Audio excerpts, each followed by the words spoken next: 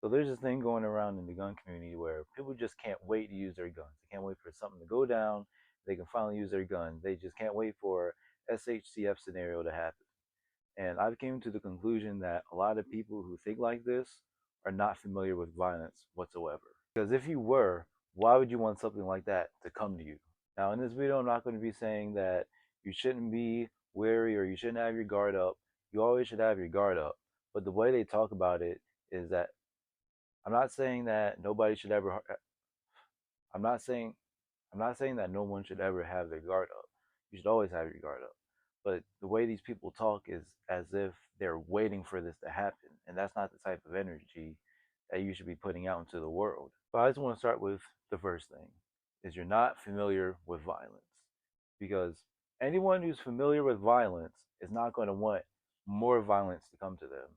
But I made a video where I talk about elitism in the gun community and how it's a whole bunch of rich people saying that your stuff isn't as good as their stuff. And what I'm going to say here is that a lot of these people who want this to happen probably live in places where they never have to worry about that happening. These are people that have probably never been in any physical altercation in their life, probably never been punched in the face, or if anything, any threat has came to them, they probably ran away because a lot of these people, some of them are cowards. But once they get a gun, now they feel invincible because now they're carrying, they're practicing their quick draw, they're going to their range, and they're doing all these drills. So if something goes down, they do feel ready. And I'm not saying don't do that stuff. Everybody should be doing this stuff. But why do you think somebody's coming for you if no one's ever even threatened to punch you in the face? Nobody in your neighborhood has ever been robbed, but for some reason you think that there's going to be a day where you have to use your gun. And that's why you own all your guns, is because you think that you're going to have to use them. The chances of you using your gun are actually very low. I'm not saying don't carry, don't train, but a lot of people are making themselves paranoid for really no reason. Now I want to get into the next thing, the SHTF, shit hits the fan. Now this is the one that's a bit more interesting because what I hear when people describe this is either trying to be like a Kyle Rittenhouse type of person, or there's just absolute mayhem and chaos, and they're trying to be some kind of soldier or warrior, some kind of superhero with their guns. The way these guys make it seem like is if this goes down, they're going to be outside with their ARs, sidearm, tons of magazines on their body, and thousands of rounds of ammo wherever they have it, and standing guard. But I'm gonna tell you what's really going to happen if shit hits the fan in this type of way. If you have the means to build some kind of bunker somewhere, that's exactly where you're going to go. Because if that's what's happening in the country, you're not looking to go into battle because there's just chaos. You get yourself killed. You're looking to survive. So you're going to try to be secluded somewhere to ensure your safety. Now, let me ask this question. Let's say shit hits the fan, there's civil unrest, or there's mayhem. Who's going to be more in trouble? People in the suburbs, the upper class, or the lower class? Because if you're in the lower class, if you're in like the ghetto, the hood, or just some poor area, you're going to be in way more trouble because there people already don't care, and now they have no reason to care because it's mayhem, so they're going to do whatever they want. For the upper class, it's going to take a little bit of work to get to them, and as I said, they're already going to be way more prepared than everybody else because they have the means to. Rich people, people who are well off, don't use guns. Like what does System of a Down say? Why don't presidents fight the war? Why do they always send the poor? Why do they always send the poor? Why do they always send the poor? It's because anyone who's below is always going to have to do the fighting. The rich people, they know they're going to be prepared. They can sit back and relax. They can watch all the poor people fight.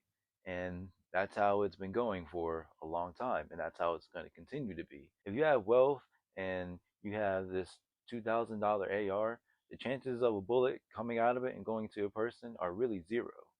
But let's say you live in the hood and you need to get a gun, you have a Glock 43 that you carry, the chances of a bullet coming out of there and going to a person is actually more than 0%. There's actually a chance of it happening because of your environment. People don't get how much class matters when it comes to these SHTF scenarios. One instance I have where class won't matter is if there's actually a national threat, like there's an enemy on our soil and the Americans' lives are in danger. Then yeah, class won't matter because let's say the Chinese come in, it's probably going to be the Chinese. It won't be the brown people from the Middle East or the cartels, the Chinese, most likely. Like if someone like that comes in, then we're all going to be in trouble. It may not be the most realistic one, but it is one that is the most serious. Because let's say the Chinese, it's probably going to be the Chinese, not brown people from the Middle East or the cartels. It would be the Chinese.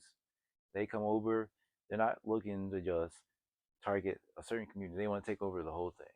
And this can apply to our own government as well. Like, yeah, we live in America and we have the Constitution that protects our rights, but reality is the Constitution is not going to exist forever. Like, at some point, America might become it will become a completely different nation. It will become authoritarian. That is very likely, whether it's the right that's doing it or the left. And both of them are going to want to come for your guns. And the whole nation will have to be on alert so it doesn't get to that point. Now, I'm just going to throw out my own prediction, my own conspiracy. I think that is coming definitely less than a decade.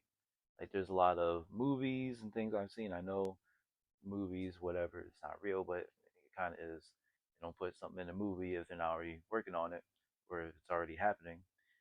That this will come probably at the end of this decade or certainly the 2030s if it doesn't. Now, I'm just saying, don't gotta believe me, just watch. I'm just throwing in my own opinion. I think that is the coolest one. Like any foreign or domestic threat that comes, and we really have to defend the country and ourselves, like real Americans doing what the Second Amendment was intended to do. I think that's a badass way to go out because we shall not let our rights be infringed.